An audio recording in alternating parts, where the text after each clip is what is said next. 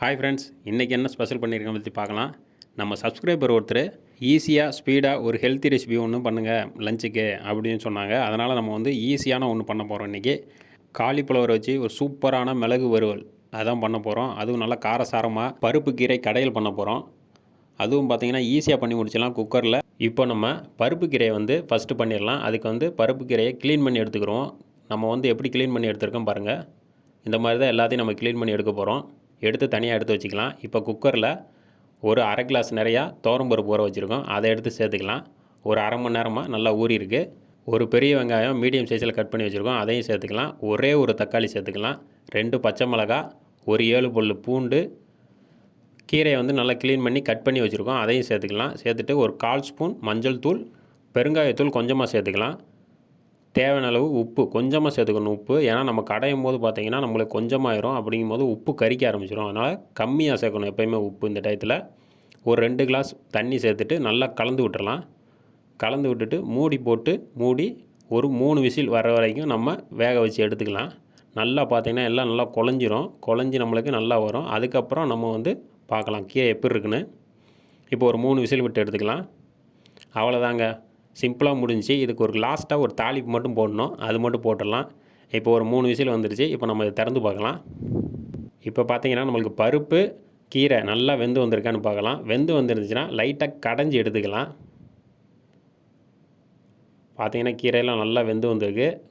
ஆமாம், இந்த மாதிரி நல்லா கடைஞ்சி விட்டு எடுத்தோம்னாலே நம்மளுக்கு நல்லா பார்த்திங்கன்னா நல்லா மிக்ஸ் ஆகிரும் ரெண்டுக்கும். இப்போ வந்து நம்ம இதுக்கு தாளிப்பு போட்டுடலாம்.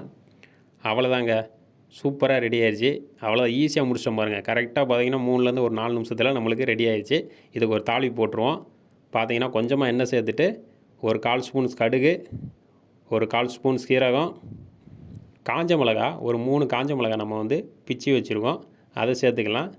சேர்த்துட்டு கொஞ்சமாக கருவேப்பிலை சேர்த்துட்டு அதை நல்லா கொஞ்சம் நேரம் அப்படியே வதங்க விடுவோம். வதங்க விட்டுட்டு எடுத்து அதில் சேர்த்துடலாம்.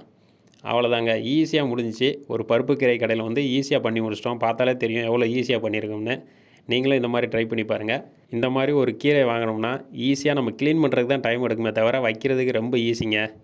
அவ்வளோதான், ஈஸியாக நம்மளுக்கு பருப்பு கீரை கடையால் ரெடி ஆகிடுச்சு. நம்ம பருப்பு குழம்பு மட்டும் வீட்டில் வச்சு சாப்பிட்றதுக்கு அதோட கொஞ்சமாக கீரை சேர்த்து பண்ணோம்னா அது ஒரு ஹெல்த்தி ரெசிபியாக கூட ஆறிடும். அந்தளவுக்கு நம்மளுக்கு டேஸ்ட்டாகவும் இருக்கும், நல்லா சாப்பிட்டாலும் உடம்புக்கு ரொம்ப நல்லது. இந்த மாதிரி ட்ரை பண்ணி பாருங்கள். இப்போ வந்து நம்ம காலிஃப்ளவர் மிளகு வறுவல் பண்ணிடலாம். நல்லா காரசாரமாக இருக்கணும்.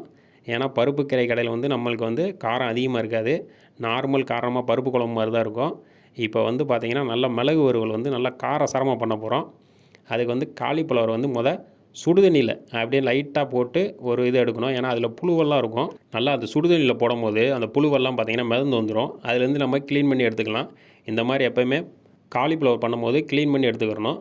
இப்போ வந்து நம்ம தனியாக எடுத்து வச்சாச்சு. இப்போ கொஞ்சமாக எண்ணெய் சேர்த்துக்கலாம். கடுகு ஒரு 1/4 ஸ்பூன் சேர்த்துக்கலாம். சீரகம் ஒரு 1/4 ஸ்பூன் சேர்த்துக்கலாம். ஒரு கை நிறையா கருவேப்பிலை எடுத்து சேர்த்துக்கலாம். பச்சை மிளகா பார்த்திங்கன்னா காரத்துக்கு பார்த்திங்கன்னா ஒரு 3 பச்சை மிளகா கட் பண்ணி வச்சுருக்கோம், சின்ன சின்னதாகவும், அதையும் சேர்த்துக்கலாம். மீடியம் சைஸில் 2 பெரிய வெங்காயம் கட் பண்ணி வச்சுருக்கோம். வெங்காயம் கொஞ்சம் அதிகமாக இருந்தால் தான் நம்மளுக்கு வந்து காலிஃப்ளவர் வந்து நல்லா டேஸ்ட்டு கொடுக்கும், அதனால தான். அதையும் சேர்த்துக்கலாம். சேர்த்துட்டு கொஞ்சமாக வதங்கி வந்தாலே போதும், ரொம்ப வதக்கணும்னு அவசியம் கிடையாது.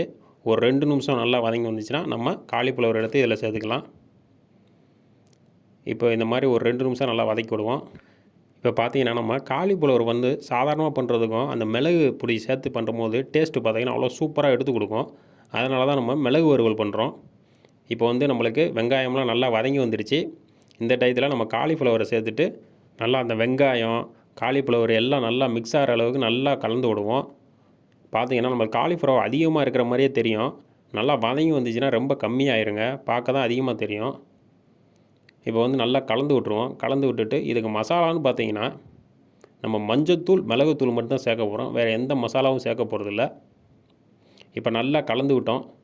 கலந்து விட்டதுக்கப்புறம் ஒரு 1/4 ஸ்பூன் நிறையா மஞ்சள் தூள் எடுத்து சேர்த்துக்கலாம். மஞ்சள் தூள் கொஞ்சமாக தான் சேர்க்கணும், ரொம்ப சேர்த்துடக்கூடாது. இப்போ மிளகாய் பொடி நம்மளுக்கு காரம் எவ்வளோ வேணுமோ அதுக்கு தகுந்த மாதிரி சேர்த்துக்கலாம். நம்ம 1 ஸ்பூன் நிறையா சேர்த்துருக்கோம். ஏன்னா அதுக்கப்புறம் பார்த்திங்கன்னா மிளகு பொடி சேர்க்க போகிறோம் லாஸ்ட்டாக, அதனால தான். இப்போ கொஞ்சமாக உப்பு சேர்த்துட்டு ஒரு அரை டம்ளர் நிறையா தண்ணி சேர்த்துக்கலாம். காலிஃப்ளவருக்கு அதிகமாக தண்ணி சேர்க்கக்கூடாது, கொஞ்சமாக தண்ணி சேர்த்தாலே கரெக்டாக வெந்து வந்துடும். அதிகமாக வெந்து வந்துருச்சுன்னா நம்மளுக்கு காலிஃப்ளவர் சாப்பிடவே டேஸ்ட்டே பார்த்திங்கன்னா வேறு மாதிரி இருக்கும். அதனால் வந்து நம்ம ஒரு 80% வேக வச்சு எடுத்தாலே காலிஃப்ளவர் சாப்பிட்றதுக்கு சூப்பராக டேஸ்ட்டாக இருக்கும். பார்த்திங்கன்னா நம்ம நல்லா கலந்து விட்டுட்டோம். இப்போ பார்த்திங்கன்னா தட்டு போட்டு மூடிடலாம். ஒரு 5 நிமிஷத்துக்கு நம்ம சிம்மில் வச்சு விட்ருவோம். அதுக்கப்புறம் திறந்து பார்க்கலாம். இப்போ ஒரு 5 நிமிஷம் ஆயிடுச்சு. இந்த டயத்தில் நம்ம திறந்து பார்ப்போம். பார்த்திங்கன்னா காலிஃப்ளவர்லாம் பார்த்திங்கன்னா நல்லா வெந்து வந்திருக்கு. பார்த்தாலே தெரியுது. அப்படியே பார்த்திங்கன்னா தனித்தனியாக இருக்குது பாருங்கள். இந்த டயத்தில் வந்து நம்ம மிளகு பொடி வச்சுருக்கோம். அதை சேர்த்துக்கலாம். ஒரு ஸ்பூன் நிறையா சேர்த்துட்டு நல்லா கலந்து விட்ருவோம். இப்போ கலரே பார்த்திங்கன்னா அப்படியே ஃபுல்லாக சேஞ்ச் ஆகிரும் பாருங்கள். அந்த மிளகுத்தூள் போட்டு நம்ம அப்படியே கலந்து விடும்போது அதோடய வாசமே சும்மா கமகமன்னு வருங்க. நல்லா கார சாரமாக இருக்கும் இது, இந்த மிளகு வறுவல். அதுவும் தயிர் சாதத்துக்கெலாம் வச்சு சாப்பிட்டிங்கன்னா அவ்வளோ சூப்பராக டேஸ்ட்டாக இருக்குங்க. பார்த்திங்கன்னா சூப்பராக ரெடி ஆயிடுச்சு. ஈஸியாக பண்ணி முடிச்சாச்சு. அதுவும் பார்த்திங்கன்னா இந்த காலிஃப்ளவர்லாம் ரொம்ப பேர் விரும்பி சாப்பிடுவாங்க. அதுவும் இந்த மாதிரி பண்ணி கொடுங்க. மதிய சாப்பாடை பார்த்திங்கன்னா கரெக்டாக ஒரு 15லேருந்து 20 நிமிஷத்துல நம்ம சூப்பராக ரெடி பண்ணிட்டோம். அந்த காலிஃப்ளவர் மிளகு வறுவலை பாருங்கள், அப்படியே பார்த்தோன்னே சாப்பிட தோணும். அவ்வளோ சூப்பராக டேஸ்ட்டாக இருக்கும். இந்த காலிஃப்ளவர் மிளகு வறுவல் வந்து சாம்பார் சாதம், தயிர் சாதம், லெமன் சாதம், பருப்பு சாதம் எல்லாத்துக்குமே வச்சு சாப்பிட்லாங்க. அவ்வளோ சூப்பராக இருக்கும். இப்போ பார்த்தீங்கன்னா நம்மளுக்கு சூப்பராக ரெடி ஆயிடுச்சு. ஈஸியான ரெசிபியாக நீங்களும் பிடிச்சிருந்தால் இந்த மாதிரி ஈஸியாக பண்ணி பாருங்கள். பிடிச்சிருந்தால் லைக் பண்ணுங்கள், ஷேர் பண்ணுங்கள், சப்ஸ்கிரைப் பண்ணுங்கள்.